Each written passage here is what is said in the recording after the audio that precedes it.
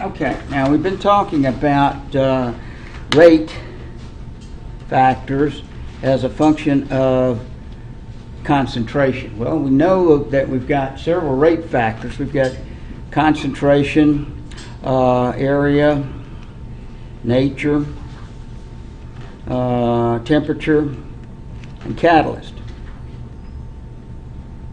Well, nature is, we're going to be dealing with that in terms of the laboratory work we do. All you do is change the compound you're using, like we did up here, and you see how the rates change. Area, we're not going to work with that, and I'm not going to work with catalyst. So that leaves us with temperature. So this is rate laws proportional to a function of temperature effects.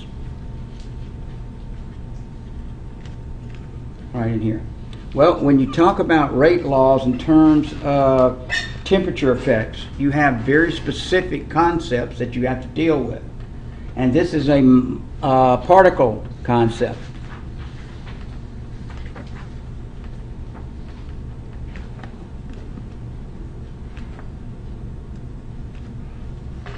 And so it comes under the heading of two theories. One we call the collision theory, and the other one, the transition state theory.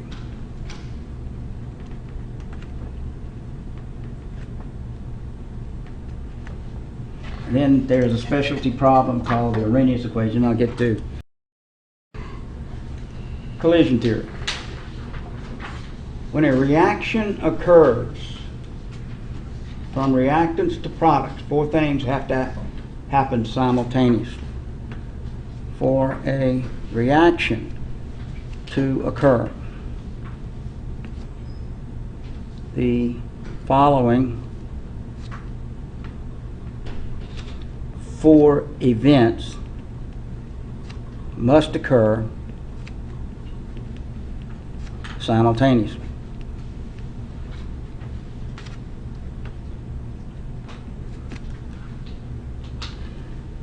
They spell the acronym CENT.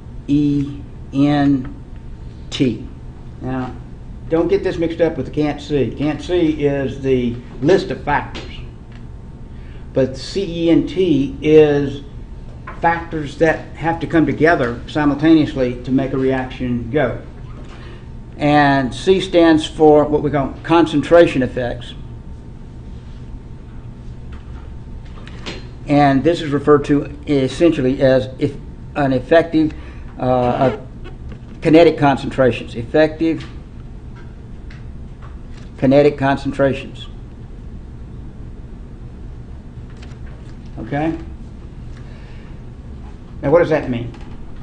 If I have a room like this, you're living in this room, and I have A and B that are going to react. And in that corner of the room I have an A, in this corner of the room I have a B.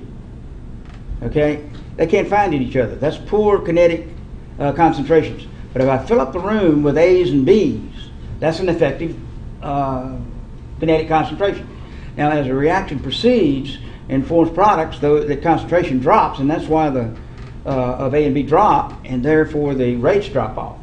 But you have to start with enough A's and B's that they can find one another. Okay? Does it make sense? This is fundamental.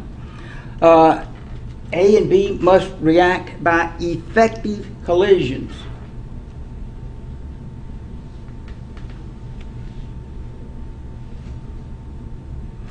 Molecules are three-dimensional entities, if you recall from Chem 1's geometry. Take my hands, for example, if you're looking at them, and if I bump them together back to back, nothing happens. But if I turn them over, it'll lock together. That's an effective collision. So the same is true for molecules. If they can bump together all day long, but if they don't hit just right, they don't stick to one another. That's called an effective collision.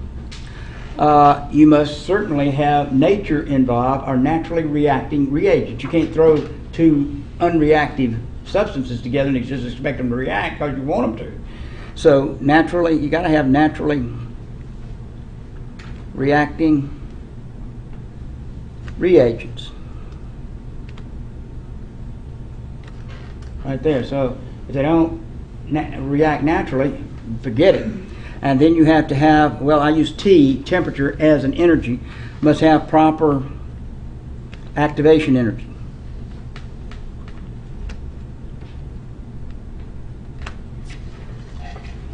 An energy at which all four of these issues, well, the top three come together simultaneously. Now, to explain this issue of all three of them coming together, we use what we call a Boltzmann distribution curve. This is a statistical thing. It's real easy to interpret.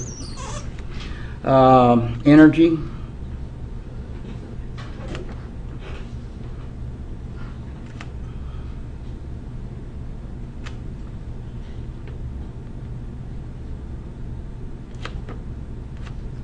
increasing left to right, decreasing right to left. And here on the vertical axis, numbers of particles. Usually a Greek symbol sigma is used as a statistical indicator. So you got a lot, this room's full of particles, right? Okay, some of them react, some of them don't. At this particular temperature we're living in, right there, you've got a Boltzmann distribution that looks like this. Okay, so most of the particles, this is temperature, say room temperature. That's what that curve is. And there is one little point down here that's called the EA, activation point, activation energy.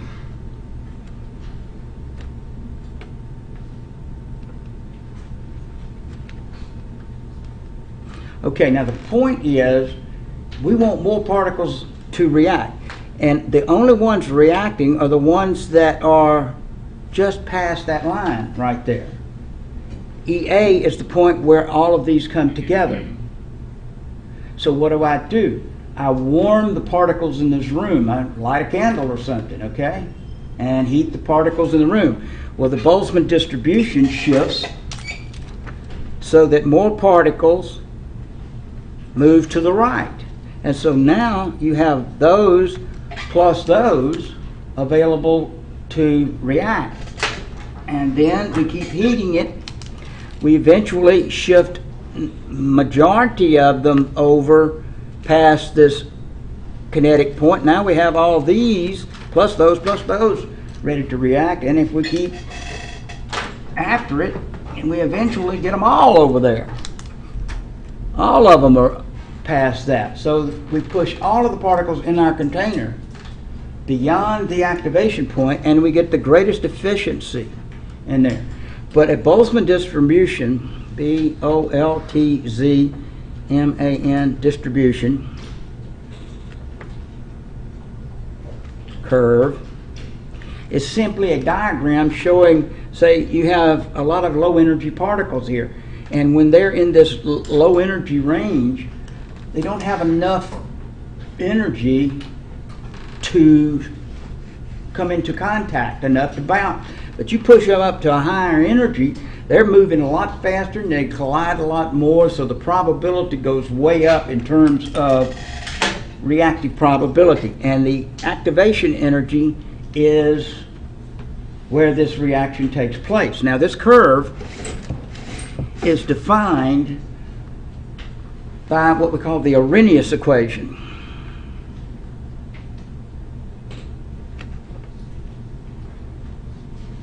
Now, I'm not going to go through a big nasty derivation of this, but the Arrhenius equation says the rate of reaction is equal to a proportionality constant, E to the minus delta E sub A over RT. Okay, thermodynamics, you'll probably beat that up. Okay? So this is activation energy, gas constant in terms of thermodynamic properties, T in Kelvin, A is a proportionality constant. So you can calculate a rate constant. We're not interested in doing that.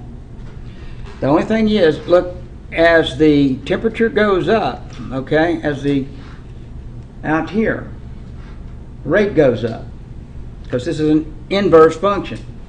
Okay. This leads to what we call the Arrhenius equation that you are responsible for.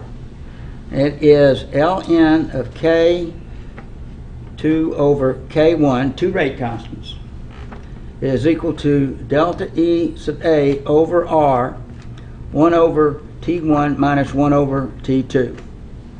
And you will have a problem whereby you will calculate the activation energy. You notice that there are two rate constants and you have two temperatures. Okay? And so if you have an experiment where you run a reaction at two different temperatures and you're able to determine K's and the two temperatures are constant, you can find the activation energy. And then once you get the activation energy, you know what temperature to run this reaction at to make the best yield out of it. I'm out of time. Got one more subject to finish. This is called the transition state. I need to work a problem here. Okay, this is where we'll pick up